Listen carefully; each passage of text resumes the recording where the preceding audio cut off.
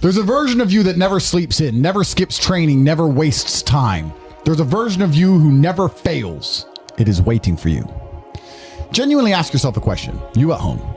If you had done those things for the last 2 years, you never skipped a training, you never wasted time, you never scrolled TikTok, you never sat aimlessly on the internet typing in garbage, never played video games, you never wasted time. You never skipped training. You were training every single day. You never slept in. You were never lazy. There's this version of you. Imagine the person you would be. Genuinely imagine what you would look like. Imagine where you would live. Imagine the car you would drive. Imagine how much your woman would respect you. Imagine the love you would see in her eyes when she looks at you with adoration like a king.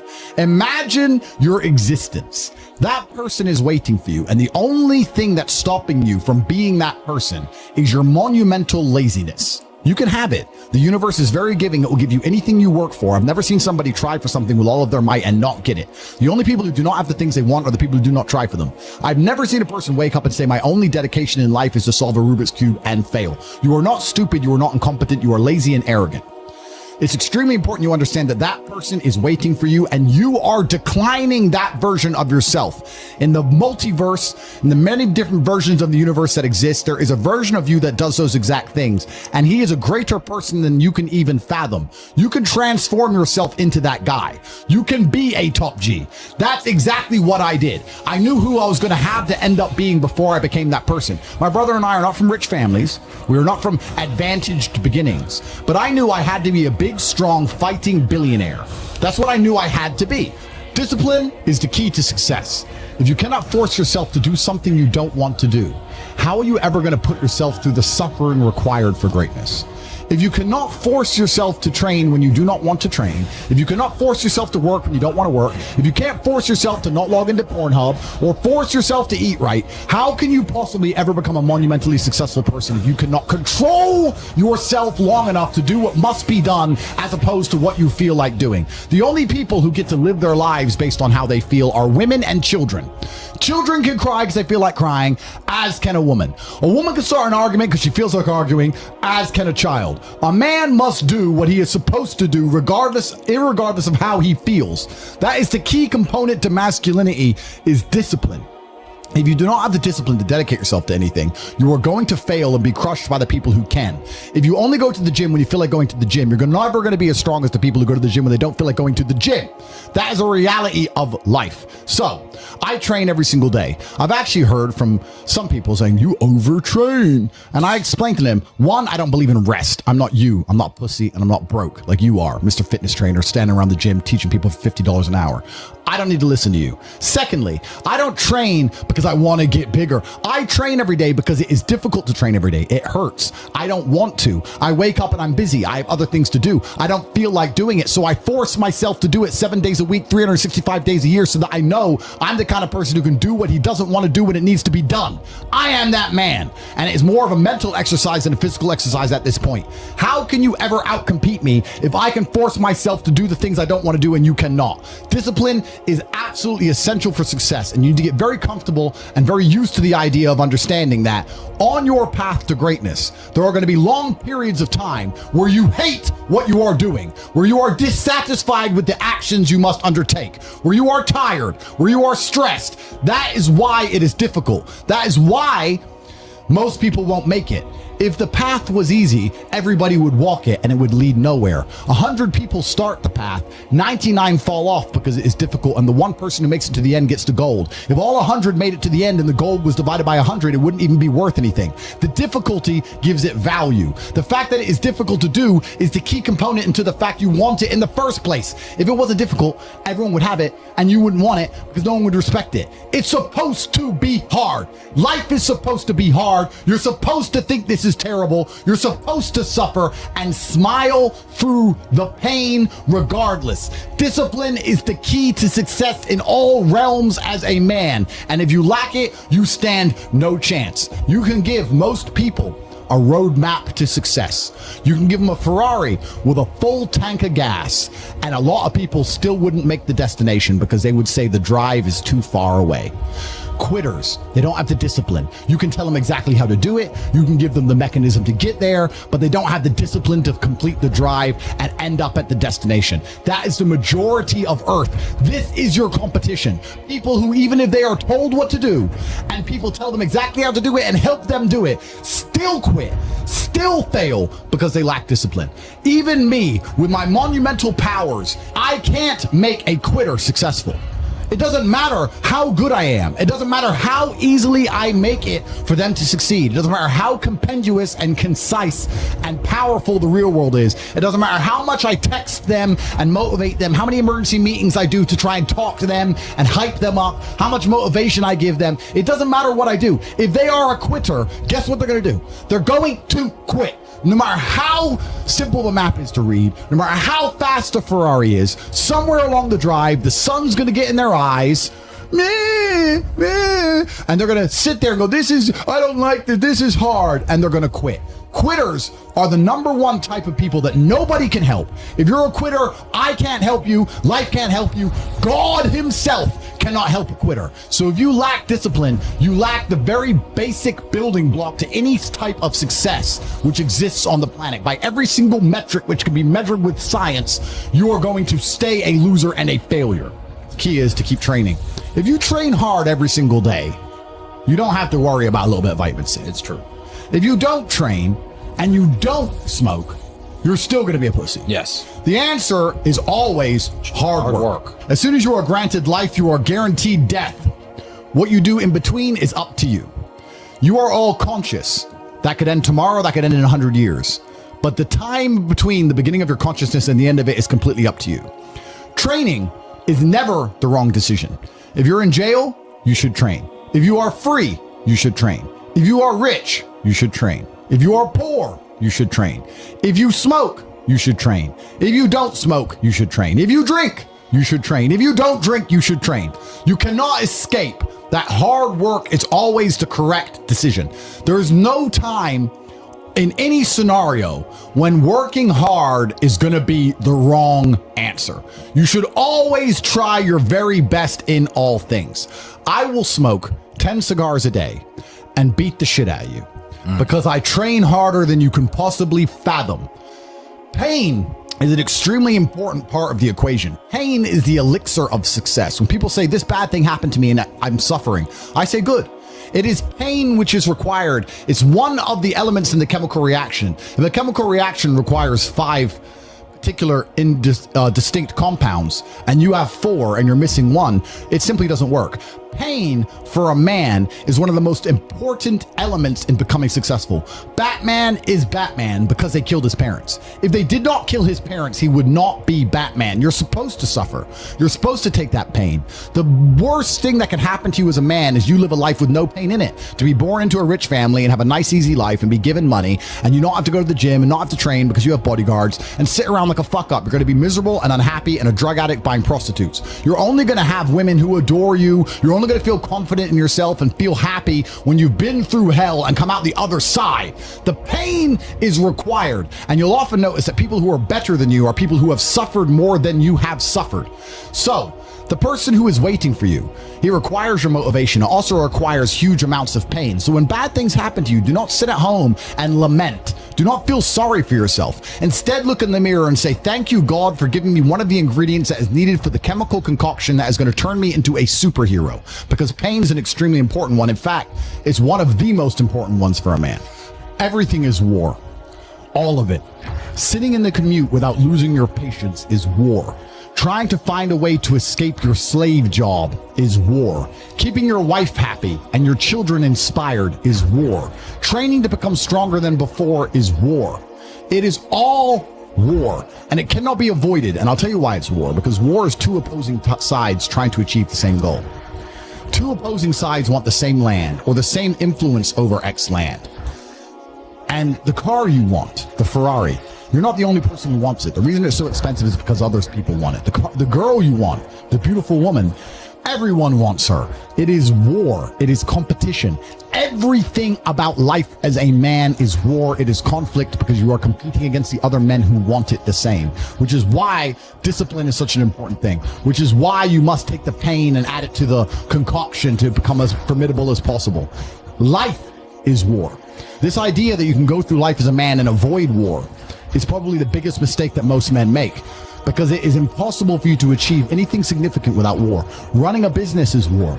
Running a hotel, running a restaurant, running an online company, it's war. Training is war. Life as a man is war. You need to wake up and view it exactly as what it is. Everything I want, other people want. Everything I desire, other men are trying to get. This is a war and I must outcompete them. That is the best possible mental model you can have.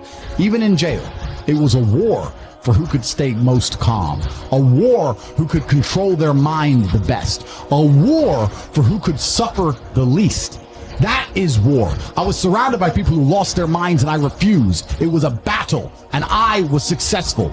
Life in and of itself as a man is a never-ending struggle and a never-ending battle. It is the constant of the human condition. Evolution requires pain. While others complain that they do not feel happy enough, I'm happy I'm struggling. I don't want to be happy. I want to be great. This is the beauty of life as a man. You understand? I don't care. I'm happy to be struggling. I wanted to fight. You wanted to win. I wanted to fight. That's the difference. You're concerned with winning. I wanted to just fight. And we're fighting. That is the beauty of life as a man, to be great. If you concern yourself only with being happy, you are once again acting like a female or a child.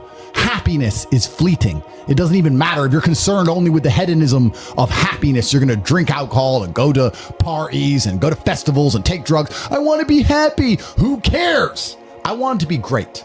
I want to be great all of the time. And let me ask you a question as a man at home, genuinely, truthfully. Would you rather be a loser who's always smiling, a happy loser, or would you rather be a stressed winner? Because I'll tell you something about winners. Most of them are stressed. We are stressed. We're stressed. Putin is stressed. Genghis Khan was stressed when his messenger turned up after a 4-week ride with updates from the battlefront of Iran. I'm sure he was stressed by what he read. Even if it was very good, even if it all looked fantastic, he started to feel stressed. Okay, well now maybe I need to go to Iran. How long is it going to take me to get there? Maybe we need to send more horses. Maybe we need to colonize Iran. He felt stress because the beauty of life as a man is to be great. So you have to sit here and ask yourself, do you want to be a happy loser that's insignificant? Nobody knows you exist. Women don't respect you. Men don't respect you. Nobody cares if you live or die, but you get to smile all the time. Or do you want to be one of the most important people on the planet with a little bit of stress? I am brilliant because I've decided to be brilliant. And if I have to sacrifice happiness to be brilliant, then that's fine. You know what the great thing about it is? You know, it's amazing what God gives, how the whole world becomes full circle. If you stop caring about being happy and you start caring instead about being great, guess what you end up being? Great. Along with great. And you know what? Yeah, happy. You end up happy if you forget about happiness and try to become great. You will never be successful if you're concerned about being happy, so forget about it. I like to consider myself a wise old man, and I'm trying my best to encourage and instigate a revolution amongst the youth where men take absolute self-accountability and they believe in themselves and they take responsibility for absolutely everything. As a man, you are most formidable if everything is your fault. If it rains outside and you get wet, that is still your fault. Can you control the rain? No. Could you have brought an umbrella? Yes. You need to blame yourself for all things, the good and the bad. And by doing this, you take absolute self-accountability, which allows you to build a mental model in which you will find solutions, 1. 2, avoid trouble, because you know that anything bad happens to you is your fault. And 3, be the most fearsome competitor possible, because we're living in a very competitive world nowadays amongst the elites. The people who understand that you're living inside of a fish tank are trying very hard to get out. And you have to make sure that you can outrun some of them if you want to escape. It's an age-old adage. If a bear is chasing a group of people, you do not have to be the fastest one. You just have to be faster than the slowest. The slowest person is going to die. So as long as you're ahead of the majority of people, you stand a very good chance of avoiding slavery. Being a powerful man isn't always about furious anger and instilling fear. As enemies attempt to attack your energy and lower your vibration, understand this: power is untouchable. Power may notice, but it doesn't care. Sometimes power is simply not giving a fuck. Being a powerful man isn't always about furious anger and instilling fear, meaning sometimes it is. You need to retain the capability to instill fear with furious anger. A man who cannot do that is not a man. It is one of the cards you need to have in your deck. However, more often than not, when you're in a true position of power, you will play the alternate card, which I'm describing here as simply not caring. How can you not give a fuck about things? So I'll tell you how. If you're filthy rich and you have a strong network of people around you who you trust, and you have a good family, and you have beautiful children, you have women who love you, and you have beautiful supercars, you live with your best friends in a compound, you have armed guards, and you're proud of yourself, and you're strong, and you train hard every day, and you're monumentally successful, and all of your dreams come true. And if you want something, you can instantly snap it up. You want a Pagani, you want a Bugatti, you want a $25 million apartment, anything you want, you buy. It's very easy to not give a shit about the opinions of people who don't have one fraction of your success. And what these people are trying to do is drag me, I'm using me as an example, but we can also use it for you.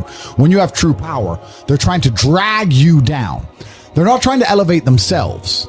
They're trying to drag you down, which is a very different thing.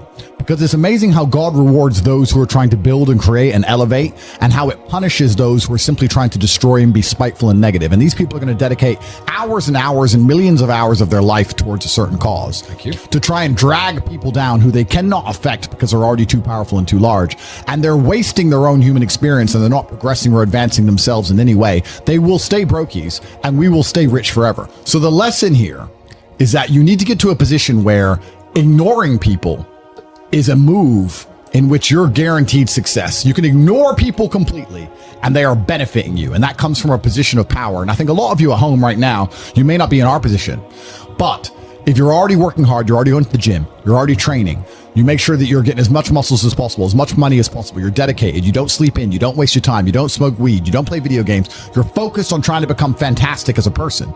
You can just ignore that girl. That girl who broke your heart or cheated on you, just ignore her. The most powerful move you can make is ignore her. Yeah, you could yell at her. Yeah, you could try and make her scared of you, blah, blah, right? That's not going to work. The powerful move is just to completely ignore her because you're on your ascent.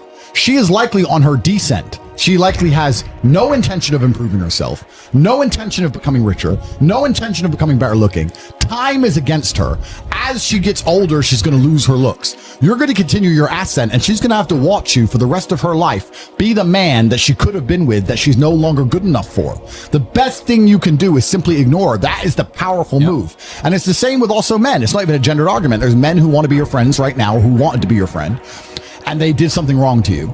And if you're on the right path doing the right things, karma, God, the universe, whatever you want to call it, is going to teach them a lesson for simply failing to be a good person to you while they had the chance. But when you have a whole bunch of money, you take care of the people you love.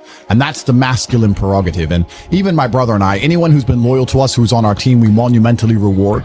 And everyone who ever displayed cowardice or sold us out or made mistakes massively regrets it because they see how well we treat the people who are close to us. If you lack somewhere, excel somewhere else.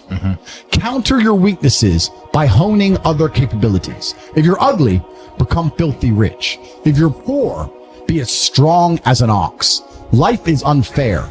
The primary focus of your energies is to balance the books. And there's two different ways you could interpret that. You can, obviously, increase the attributes that you are lacking. If you have the ability to train, because a lot of people don't. Some people are born without arms and legs, but you, with 2 arms and 2 legs, are sitting at home jerking off the Pornhub, flabby and fat. If you have the ability to train, you should be doing it. But also, there are some things that some people are just better at, and you can counteract that problem by teaming up with people who compensate for your weaknesses. People who are strong in areas where you are weak, and you team up with people where you are strong in areas where they are weak. I don't think between the people in this house and our group of friends, we lack anything. Correct. Anything. Correct. Literally anything. We can sit as a group and have a conversation about anything with anyone in the world and give useful insight and change people's lives for the better, because although I am not perfect, our team compensates one for each other. And that's the point of brotherhood. So excel in one area if you lack in others. I have people say to me, Andrew, I'm short. What do I do? I'm short. Okay, God made you short. Fine. Good. Doesn't matter. You can't change it. What you can do is become as strong as an ox and become filthy rich and monumentally important and extremely influential. You can do that. People say, I'm poor. You should be strong. Oh, I'm strong, but I don't have any money. Okay, then teach others to be strong. Yes. There's always a way you can take your advantages and use them. And by teaming up with other men, other people, you can build a team in which there are no weaknesses.